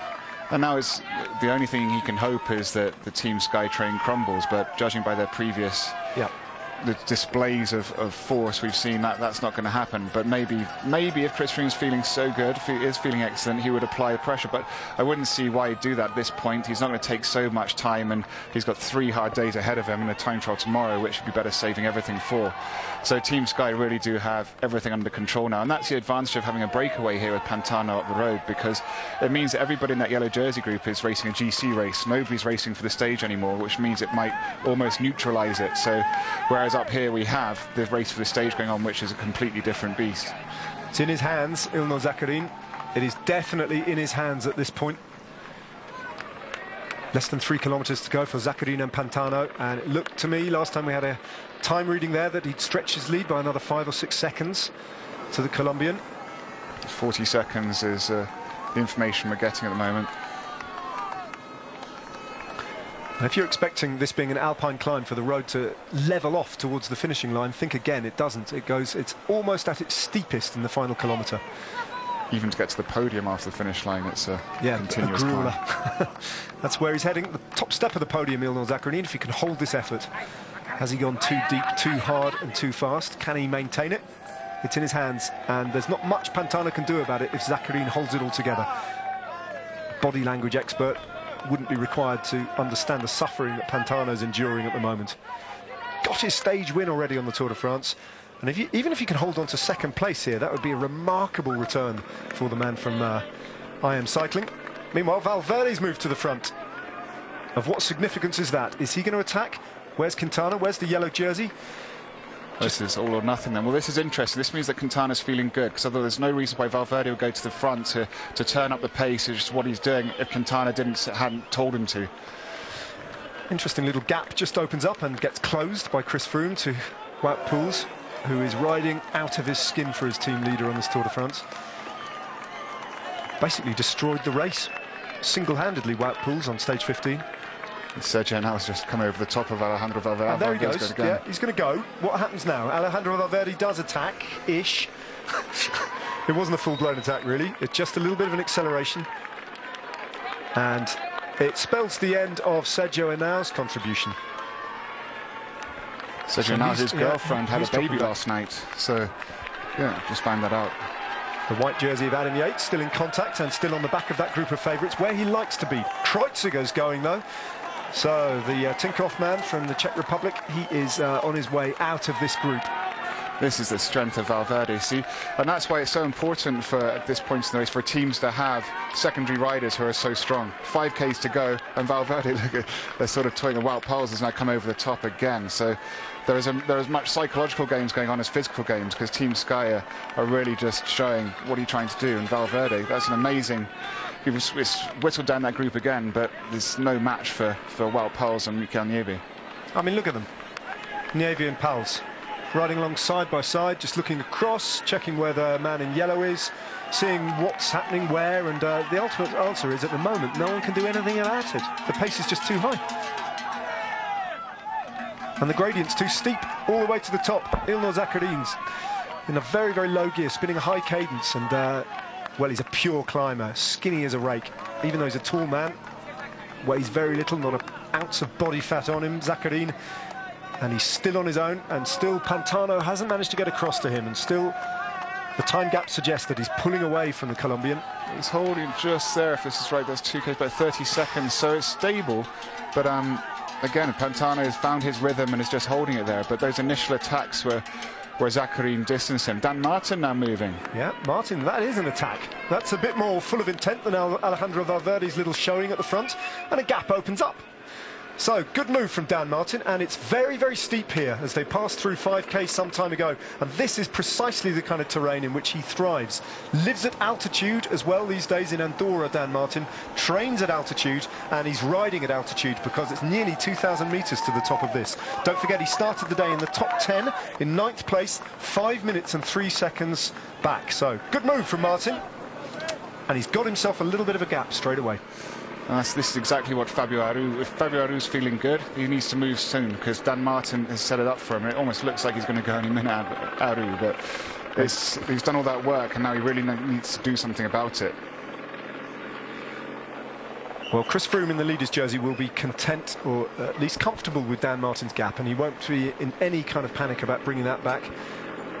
5 minutes down in the general classification, Martin isn't going to threaten his lead as they sweep up Tony Galopin, who was in that breakaway, and that is a very graphic illustration of the speed with which the yellow jersey group is going up, as opposed to the riders who are just riding to the finish. Valverde getting distance, all that work has hurt him, and he's in 5th place overall, so Dan Martin will now hear on the radio that Valverde's distance, and that's a great opportunity for Dan Martin, because TJ Van Gardren's been distanced, now Alejandro Valverde, so this is moving Dan Martin up the GC. And the white jersey of Adam Yates continues to hold firm. And so spectacularly solid, Adam Yates, despite the misfortune that befell him when the inflatable arch collapsed on him in the first week of racing. And he got stitches on his chin, battered and bruised, but didn't dent his confidence or his form one bit. There he is, the white jersey of Adam Yates. And Martin's getting reeled back in now as they sweep past Tanel Kangert, who was one of the riders in the breakaway. And Reichenbach's done really well to hold on to 4K from the summit to that group of favourites, but he's finding it too hot now. And Reichenbach is the next rider to drop off the group, containing Chris Froome and all the favourites, and they are reeling Dan Martin back in now. Mikel Nieve and Wout Poels are at it again, spoiling everybody's fun except for Chris Froome's, who will be loving this race situation at the moment. But that's been, even if he's been brought back so far, that's a successful move for Dan Martin, because Alejandro Valverde has been dropped from that acceleration, and we can see how strong and good Chris Froome is feeling, because he didn't need to ask his teammates to reel Dan Martin in, and yet he did. So that's indicative of him feeling very strong and in control. Ilnur Zakarin has the Flamme Rouge in sight. He is riding towards a stage win on the Tour de France, having done it last year on the Giro up to Imola. First ever campaign at a World Tour race, and he got himself a stage win. Not without his controversy, Zakarin. He'd barely entered senior ranks as a junior when he tested positive for an anabolic steroid many, many years ago, and he was handed a 2-year suspension in the summer of 2009, so a checkered past. You'd hope a cleaner future. He's a talented rider, and he's got 800 metres to go before the finish line, and it is steep. This climb just goes on and steeper all the way to the finish line. I think he might have cracked Pantano. There's Pantano. I don't think he's going to be making up that time in the final K, but a valiant effort, and his response to Zakarin's initial attack dropped Majka, which would surprise you, I would have said, because probably Majka looked on form maybe the strongest of the non-GC climbers in the field so far, which is the reason why he's wearing the polka dot jersey. He's been riding a very active race every day. We've got into the mountains, which is what you have to do if you want to win the mountains classification jersey. And I think he might be starting to pay the price for that. And we have to remember he's still got tomorrow. I presume he'll probably take it easier Maika, because those following 2 mountain days he's going to have to be on the offensive again, and he might secure the mountains jersey, but it is going to compromise his ability to win a stage. And that is the familiar sight of the yellow jersey of Chris Froome with his mountain men in place. Wout Poels, Mikkel Niemi. All the favourites are there though. Bauke Mollema's there, Nairo Quintana's there, Dan Martin's had a little attack and he's still there, so he hasn't cracked as a result of that effort. Louis Meintjes from Lampre Merida is still part of that group of favourites. Richie Porte, Nairo Quintana, Fabio Aru, Bauke Mollema, Adam Yates, locked together and unable to do anything about Chris Froome's dominance. Once again in the mountains, it has to be said. 500 metres for Ilnur Zakarin, and he can almost taste victory now.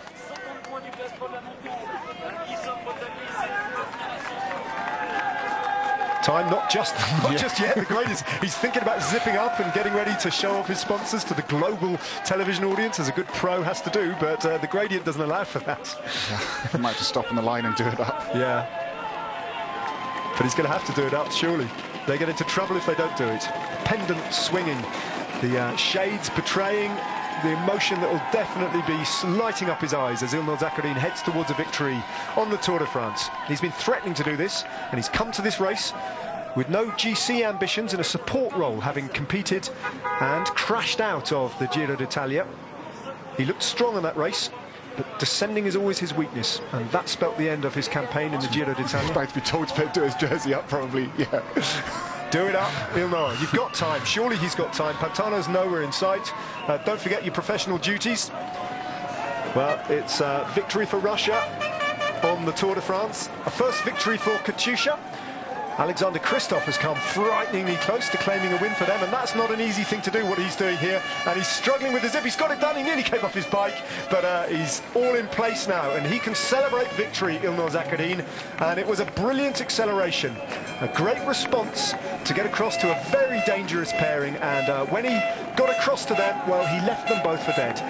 Jallinson Pantano was the best of the rest, but they had no answer in the end to Zakarin's pure petrol-driven acceleration on the middle slopes of this brutal climb. The first time that the Tour de France has come here, and the first time that Ilnur Zakarin, on the big one, on the Tour de France, has managed to get across the finishing line, punch the air, and take a win in the high mountains.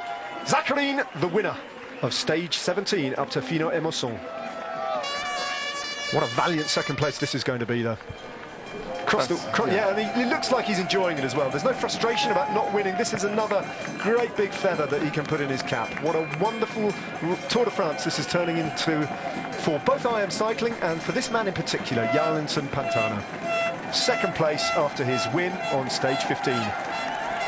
Hugely popular amongst his teammates, that's obvious. Sometimes you can tell when teammates just go through the motions of congratulating a winner, but clearly this man is well liked, well respected, and he's riding himself at 27 years of age into an uncertain future. He'll be looking for a job, but they'll be queuing up to sign this man up. I'm sure of that. He'll be riding World Tour next year, and probably doing that once or twice again. A podium finish in a high mountain on the Tour de France. It's like the pace is being lifted by Team Sky slightly, as you can see all the faces and body language of the riders behind, but you can also see just how steep it is here. It's not often we see Nairo Quintana with his jersey undone, so that goes to show just how hot and difficult it is right now. These are the riders finishing it in third and fourth. Another big rack of mountain points coming the way of Rafa Majka, who will extend his lead. He's ridden into third place on the stage, Rafa Majka, and he's cemented his lead in the polka dot jersey, and he has a very, very healthy lead. It'll be tough to wrestle a jersey away from the Polish rider, and it looked like Christian Durasek from Lampre Merida, the Croatian rider, was finishing in fourth place on the stage. 2k to go meanwhile for the GC group, and the yellow jersey of Chris Froome. Is anybody going to try and take a few cheeky seconds away from their nearest rivals in the general classification, or will they roll over as one? It's a bit like Wout Poels is just checking over to see that everything's all right with his leader. The only big-name GC rider to drop away from this group of favourites was TJ Van Garderen. He cracked really early on. Well, admittedly, he'd already ceded effective control to Richie Porte of the BMC's GC ambitions, but it was surprising that Van Garderen cracked as emphatically and as early as he did, and he'll have lost an awful lot of time today. Fifth place for Brice Feillu, the rider from Fortuner Vital Concept. They've had a moderate Tour de France so far.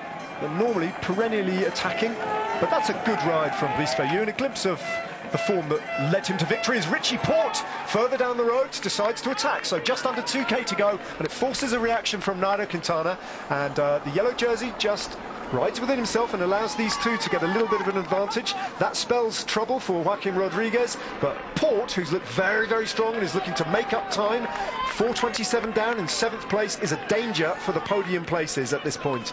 And there'll be a number of riders who'll be worried by this move. No, and that's a very strong attack. You can see, and he'll have timed it, because when he's launched, he's now committed to go to the finish line. So that's very... Fabio Aru moving up, moving onto Wout Poels' wheel. Adam Yates still there, looking good, so that's great for him. And also Dan Martin in trouble now, so he's paying for that earlier effort.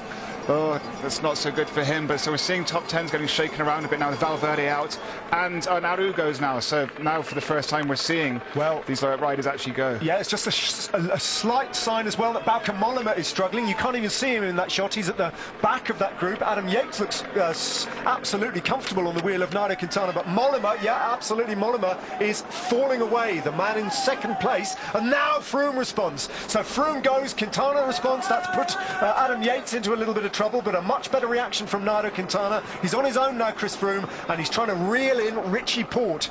So he's gone straight past Aru. There's Yates in the white jersey, battling to get back to Quintana, and it looks as though he might.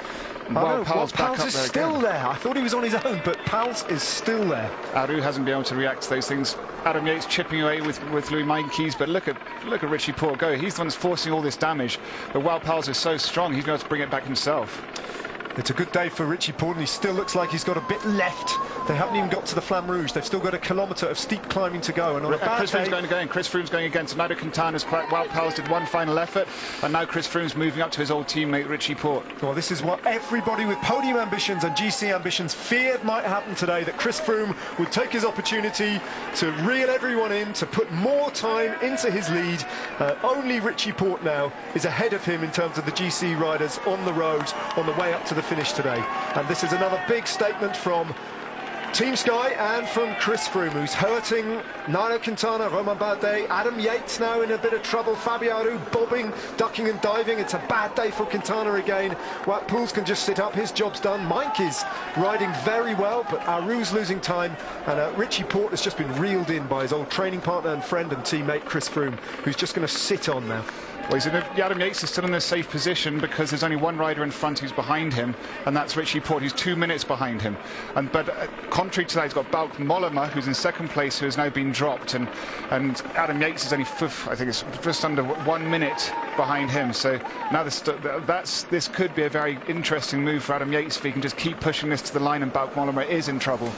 Adam Yates has 58 seconds to make up on Bauke Mollema. That is a key time gap to look at. We've got our stopwatches ready, 800 metres to go. There's the white jersey of Adam Yates. He's on Nairo Quintana's wheel, so he's going well, he's limiting his losses. What's happening to Mollema further back down the road? That's absolutely key to Adam Yates' race today. And Mollema's trouble and his difficulties is simply as a result of that big acceleration. The only one that's really stuck and forced a reaction from the yellow jersey. When Porte went, the race was suddenly lit up, and that's when Mollema found himself in trouble. And Richie Porte is showing just how strong he is. We've seen him continuously attacking the mountains and probably be, next to Chris Froome, the best climber here. Well, we'll probably put Wout Poels with that as well, because the amount of work we've seen Wout Poels do has been extraordinary. But now this group, you can see how steep it is. They're just across the road. Nobody's getting any real draft anymore. Well, Richie Porte himself will be bouncing up the general classification. He started the day 23 seconds down on Romain Bardet, and so he'll be moving up maybe into, well, Valverde's cracked as well. He was in 5th place, so this could be good. Porte is riding himself closer and closer to the podium positions. And Adam Yates is now taken under control himself. He sees 500 metres to go now. This is the moment for him to really drive. Quintana can't hold his wheel. So this is Yates is really piling on the pressure now, trying to, he realises this is an opportunity for him. Romain Bardet doing what he does so well is his final accelerations. Now Adam Yates has just got to hold on to his wheel. 400 metres to go, and Adam Yates attacks Nairo Quintana, and Quintana is struggling once again. It's just been a mystery now. This man has shown us none of the form that we thought he would have on the Tour de France, and every day he almost looks weaker and weaker. We're now in the Alps, don't forget, where Nairo Quintana, we were led to believe, would start to batter away at the lead of Chris Froome as he did in 2013, as he did in 2015, and it's just not happening. Instead, Froome looks comfortable. Richie Porte looks like he's getting stronger and stronger as this race progresses. A good ride from Porte, brilliant ride from Adam Yates, and another poor showing from Nairo Quintana. That's the white jersey of Yates disappearing. He's then leaving Bardet around the road. Yeah, he's then moving ahead of Bardet. So this just goes to show how strong Adam Yates is, and this is great for him. He's got to keep pushing it all the way to the line in order to put as much distance into Wout Mollema as possible. Let's look at the clocks, look at the timings. There's the white jersey of Yates. He's almost on the wheel of the yellow jersey now. It's a huge effort. Well, it's a little bit further back down the road, but there goes Porte over the line. There is Chris Froome finishing almost as one, those two riders locked together at the same time. Stop the clock now, or start the clock, I should say. Where is Mollema going to finish? Yates comes in third place in the GC race. A good ride from Romain Bardet. Not a bad ride either from Fabio Aru. Terrific too from Louis Meintjes, and disappointing from Nairo Quintana. Time gaps opening up all the way down the climb here. There is Mollema coming in. Yates had 58 seconds disadvantage to Bauke Mollema. 20 seconds have elapsed since Yates passed the line. 25 seconds. I think Mollema's going to hang on for now to second place, but he's shown a bit of weakness. Mollema comes over the line now with Wout Poels, and it's about 32 seconds. So close now for second place. 26 damage seconds, limitation for second place. Dan Martin, who attacked. It looked good, and now it's Domestiques just crossing the line. All the big favourites except for TJ Van Garderen are in. Van Garderen has lost an awful lot of time. There's Joaquim Rodriguez limiting his losses too for Katusha, but he's had a bad day in his final Tour de France, and he will be losing an awful lot of time. Well, that's the first stage we've really seen the top 10 get shaken up a bit, and we've seen them actually racing properly in the final. So I think we're going to see a lot more of that these last few days. They've all been waiting, expecting this, and that's the first time we've seen some really positive, aggressive moves from the GC riders. But Richie Porte, that was really, he made the difference. And Valverde, he's been one of the big losers today. Yep. Him and TJ Van Garderen really have been the two top 10 riders who are seeing their top 10 disappear. Yeah. Well, the Swiss will be doffing their cap to this man. He's done extremely well, Sebastian Reichenbach. Good ride from him. Hang on to that yellow jersey group for a surprisingly long time. He crossed the line with Roman Kreuziger. Valverde's lost an awful lot of time. He'll be tumbling down the general classification and right out of contention for a podium place now. And there'll be no sign, I don't think, of TJ Van Garderen for many, many minutes to come. Valverde crosses the line. He suffered on today's climb. But what a ride from Adam Yates, in particular. This is the winner, Ilnur Zakarin, who battled to zip up his jersey and show his team sponsors. In fact, he didn't even have the strength to, or the gradient didn't allow him to actually sit up in the saddle and show off Katusha's jersey, winning for the first time on this edition of the Tour de France. Victory for Russia too. And there is the stage winner. Overcome actually by that effort, and it was an enormous effort. And what about that shot? Almost looks like Toy Town. The team buses lined up on the Emerson Dam there. Fantastic spectacle. This is the order across the line. Zakarin takes the win from Pantano. In second place, Rafa Majka. In third, in 10th place, Richie Porte headed the GC race. Well, we got some GC action in the end, didn't we? It was a long time coming, but it was good for Richie Porte when it came, and it was very good for Adam Yates too, who put more distance between him and Nairo Quintana behind him and pulled Bauke Mollema's advantage over him, we think, from about 58 seconds down to around 26. Great rides from Porte and Yates, not so good for TJ Van Garderen, Nairo Quintana and Bauke Mollema. We'll take a break.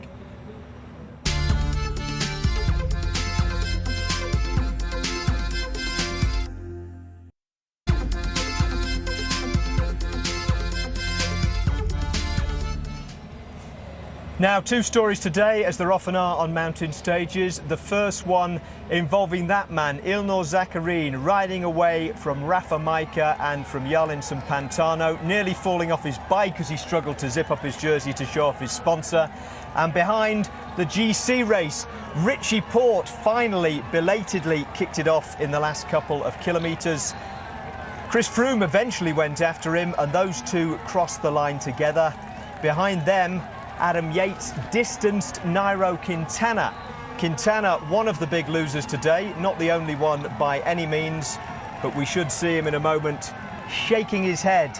We don't know whether in his own form, the people ahead of him that he's unable to catch, but there he is coming in on his own, losing 20 seconds to Adam Yates and over half a minute to Chris Froome. Now, there's the stage results. Zakharine, Pantano, Maika was the 1, 2, 3. The remains of the break occupied the places down to 9th. Then came Richie Porte, 7.59 behind the winner with Chris Froome. Adam Yates was 8 seconds behind them, with Romain Bardet just another 3 seconds behind. Fabio Aru at 8.18 with Louis Meintjes. Nairo Quintana at 8.27, so that's 28 seconds behind Porte, 20 seconds behind Adam Yates. And Bauke Mollema at 8.39, so losing 40 seconds to the race leader and cutting his advantage over Adam Yates to just 26 seconds. Let's see if we can confirm that now with a look at the new standings at the top. There we go. Froome has 1.47 over Bauke Mollema. Adam Yates is, well, that hasn't updated properly. Our GC hasn't updated properly, but I can tell you that Bauke Mollema is at 2.53 and Adam Yates is just 26 seconds behind him. Now, all sorts to talk about, the main players, of course, are either at the team bus or behind the podiums ready to go onto them. But we've got one of Sky's loyal team workers for Chris Froome, Mikel Nieve, speaking to Matt. Mikel Nieve, Team Sky really looking incredibly strong. What does it feel like to you to have Froome on your wheel and everyone else frightened of what you're going to do? Oh, no, for me it was a really good day, no? And in the beginning I have good feel, and yeah, really good day for us. Chris take a more advantage, and one day closer than for Sunday, and no, he good, happy. And all of you seem to be getting stronger and stronger. Is that what it feels like to you? Yeah, for us it was a good day, no? Chris is every day in the front, but Wout and me and the others, we take more easy some stages, and for these stages is better, no? You feel fresher than the GC riders, and really good. Well done, and thank you. Well done. Well, it's an impressive show of force. Jens Voigt joins us now. It's an impressive show of force, Jens, but it's kind of demoralising for everybody else and strangling the race. It is kind of strangling the race indeed, but it's the right tactics for Team Sky. I mean, Team Sky, they don't get paid to make the race exciting. They get paid to win. And if that is the way they think that's the safest way for us to win this race, good for them. It's just bad for the others, or bad of the others, to not be good enough to challenge them. I mean, they also train, they also know what Team Sky wants to do, so it's up to them to come up with a different tactic to challenge Team Sky and not just sit there until you get butchered. And it's not just, until halfway up the final climb. We saw even in the final closing couple of kilometres when Richie Porte went, and we thought, oh, Froome's chasing him down. Oh no, it's Wout Poels there. I know, Froome almost doesn't have to hit the wind at all. He always got at least 1 or 2 strong teammates with him, makes his lead very safe. So I think we kind of saw the end of the fight for yellow today. Yeah. One man who did peel off a little bit further down the climb but did a great job, as did all the Sky teammates for Chris Froome today, was Geraint Thomas. He's with Matt as well. Geraint, that was a tough stage. You did a job of work and dropped off the back. How was it for you? Yeah, it was a hot day. It was got a fast start, and then when Nibali really raised it towards the top of the penultimate climb, I was for me it was just a bit too much. It felt like I was just overheating and just got dropped and rode a steady tempo then, but I don't really know what happened in front. Well, Froome went off and gained a bit more time with Richie Porte, but the team seems to be working like clockwork, G. Yeah, for sure. I think the strength and depth we got is massive for us, and if somebody's having a bad day, there's 3 other guys that are feeling good, so another day ticked off. Well done, mate. Thank you very much to you. Yeah, great for Sky today. Let's start working our way through the losers. Nairo Quintana's the man we've been waiting to attack the whole tour.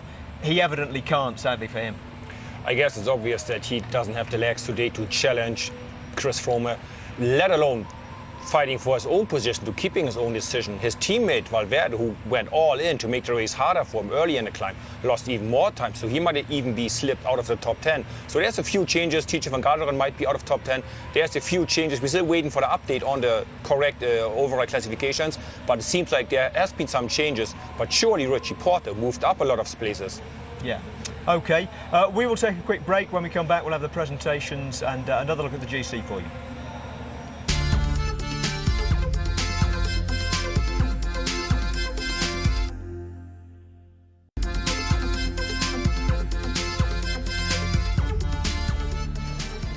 Welcome back. There is Chris Froome on his own for almost the first time today on his warm-down bike.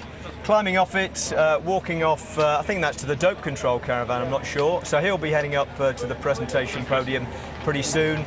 And in the meantime, let's have a look at a general classification that I think is matching the one I can see as well. There we go. Froome still leading by 2:27 now from Bauke Mollema, with Yates losing time to Froome at 2:53, but now within 26 seconds of the man in second place. Nairo Quintana slips to 3:27. Romain Bardet loses time to Froome, as do most people. He's at 4:15. He's fifth now. Richie Porte goes ahead of Alejandro Valverde. He's in seventh place. He's in sixth place at 4:27. Valverde down to seventh at 5:19. Aru 8th at 5:35. Dan Martin 9th at 5:50. And Louis Meintjes enters the top 10 at 6:07. Let's hear from the man who finally kicked it all off today then, Richie Porte. Richie, it needed a lot of confidence and it needed great legs to attack Chris Froome finally. Yeah, I mean, it's just a good day. I mean, I really want to be on the podium, so, you know, they're the moves that you have to pull, and I felt strong today and I'm happy with how it all went. Is this the best you've ever felt in a Tour de France? I mean, it's different for me, you know. I'm in BMC now and riding for myself, so it's a bit different to the role I've had before, but I'm enjoying it, you know, taking it day by day. The team's, you know, put some confidence into me, and I'm happy with, you know, how today went, but I mean, I know there's 3 more hard days till Paris, and, you know, just take it day by day. Richie, was your attack premeditated or a decision you made in that very moment? I mean, I spoke with the sports directors this morning and they said to me, you know, just use your head, and if you feel like it, you know, attack him. I mean, I have to anyhow, so, you know, when the tempo was sort of not so fast there, it was a good time and to get a gap like that, and I mean, they chased hard, I suppose, so it's good signs. Well, thank goodness somebody has the legs and the will to attack, and it was the same in the Dauphiné, and I know we keep harking back to this, Jens, but you feel terribly sorry for Richie with that puncture he had, losing whatever it was, 1:45 on stage 2. Indeed, losing almost 2 minutes for a puncture in a bad moment, that is just awful. Plus the little hiccup with the crash with a motorbike, that cost him more time and also power. So he's the man to watch the next days. OK. All right, let's get over to the presentations then. Ilnur Zakarin on the podium for his first Tour de France stage win. Ilnur Zakarin takes the first of what may be very many stage victories on the Tour de France in a high mountain finish. The man who was riding high in the Giro d'Italia this year and crashed in the final few days of that competition, broke his collarbone when he might well have gone on to finish 5th overall to Vincenzo Nibali. Well, he's made his mark on the Tour de France instead, reset his focus and has got himself a stage win. Comes from a remote part of Russia, some 1,000 kilometers east of Moscow, but these days spends most of his time in Cyprus. Ilnur Zakarin. Well, they're losing Perito Rodriguez at the end of the season, Katusha. I mean, do they need to look around for another GC guy, or is that their man? Depending what they want. Maybe Zakarin needs a little bit more time to be really on the top, but if they're willing to wait 1 year, 2 years, yes, he's a man they could count on. Absolutely. I mean, he's proving it day by day now that he's a man that also can go fast in the last week of a big tour. Okay. Well, let's hear from him then. Ilnur Zakarin's off the podium. Let's hear what the man has to say. You've just won a stage on the Tour de France. What's going in your mind right now? I did my best today. I'm very happy now. Thank you, teammates, for support. This result for me no surprise, because I try and first week. It's a dream to win a stage on the Tour de France, the dream of your career? Yes, now it's sad. Thank you very much. Now, another great ride today by Peter Sagan. Went out in the break just to get the intermediate sprint points, which he did after 150 kilometres and 2 climbs. And Jentje still has the energy to pull a wheelie on the line as he comes up. Well, he's just legendary. I mean, he's doing that. People almost expecting that of him now, that he's pulling a wheelie when he crosses the line. And yep, he looks like he's still having the energy. He knows the fight for green jersey is pretty much over. He got it. It's for sure. He's carrying that into Paris. Yeah, and I mean, it's considering they lost their leader, turning into a pretty decent tour for Tinkoff. They've got the polka dot jersey at the moment, and they've got Sagan in green, who looks pretty much nailed on. Absolutely. These two jerseys seem to be pretty locked in. They get them for sure. And also important is it's a team that's actually disciplined end of the year, and they show no signs of disintegrating the team. They have good team spirit. They work together. They got 2 out of 4 jerseys. They're doing brilliant for a team that has 4 months to live. There it is. Peter Sagan doing his wheelie over the line, for which French television cut away from the yellow jersey presentation. Froome, he didn't attack, he didn't establish his authority the way you thought he might today, but then he actually doesn't need to, does he? And he's got the time trial coming tomorrow. Yes, he got a time trial, but then he also has to fight off Bauke Mollema, and Adam Yates looking really, really strong. I mean, I'm so happy for this young kid. He is looking brilliant, you know, 3 days to go to Paris, and he's still there, even getting better and stronger. So it's, I was sure Froome is gonna go full in today. Yeah, I mean, it's funny, he's in uncharted territory, isn't he, Adam Yates? Orica were careful to say he's coming, yes, to ride for experience, but to go for stage wins. We're not expecting him to ride for GC, but he's up there now, and he had the confidence and the legs, obviously, to attack Nairo Quintana. Yeah, I mean, Nairo Quintana finishing twice to the France, he's like one big rider, you know, big famous name. And Adam Yates goes, I don't care, you look weak, I go now. So brilliant move by him. Yeah, and I mean, it's a time trial tomorrow, which isn't necessarily his discipline, but it's a mountain time trial, so he could do pretty well in that. Definitely he could. Uncharted territory again. I guess he's just going to have to imagine there's this white jersey ahead of him and he's just chasing somebody, and then he's going to be good for tomorrow. Yeah, it's interesting, isn't it? Both the time trials this year interestingly placed. The first one right after Mont Ventoux, the second one right after maybe the hardest stage in the Alps. So that, you know, they're making all the GC riders think and calculate, aren't they, the organisers? Definitely, we got to give it to the ASO, the organization of the tour. They try to make it exciting, and they try to make the decision only happen to be on the very last day. Yeah. Well, I think the decision might be before the very last day. It looks like Chris Froome has got this race tied up. But the race behind him is looking more and more interesting, and it's looking more and more interesting for Adam Yates. We'll be back at 7.